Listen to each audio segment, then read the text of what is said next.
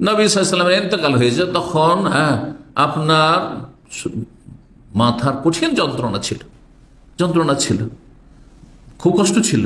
জি, মৃত্যুর যন্ত্রণা খুব বেশি ছিল, তো খুব কষ্ট পাচ্ছিলেন নবী সাল্লাল্লাহু আলাইহি ওয়াসাল্লাম, মাথায় পটি বেঁধেছিলেন, এত ব্যথা ছিল। তো রোগের তীব্রতা এটাও বেনিফিট আপনার জন্য। কখনো যদি রোগের তীব্রতা হয়, 5646 নম্বর হাদিস বর্ণনা করেছেন মায়েশা রাদিয়াল্লাহু তাআলা আনহা, তিনি বলছেন মা রাআইতু আহাদান আশাদ্দা আলাইহিল ওয়াজআ মিন রাসূলিল্লাহ সাল্লাল্লাহু আলাইহি ওয়াসাল্লাম, আমি কোন ব্যক্তিকে দেখিনি যে রাসূলুল্লাহ সাল্লাল্লাহু আলাইহি ওয়াসাল্লামের চাইতে বেশি তার রোগের যন্ত্রণা বেশি ছিল।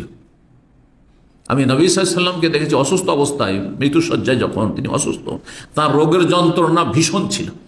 এত ভীষণ রোগের যন্ত্রণা কারো আমি দেখিনি, বলছেন মায়েশা রাদিয়াল্লাহু তাআলা আনহা। তো শুধু যদি গুনহার কারণে হয় তাহলে তো আর এরকমটা হওয়ার কথা না, তাই না? তিনি তো মাসুম সাল্লাল্লাহু আলাইহি ওয়াসাল্লাম। এই জন্য বললাম যে কি বললাম, মর্যাদা উঁচা হবে আর কি নেকি বৃদ্ধি হবে। জি।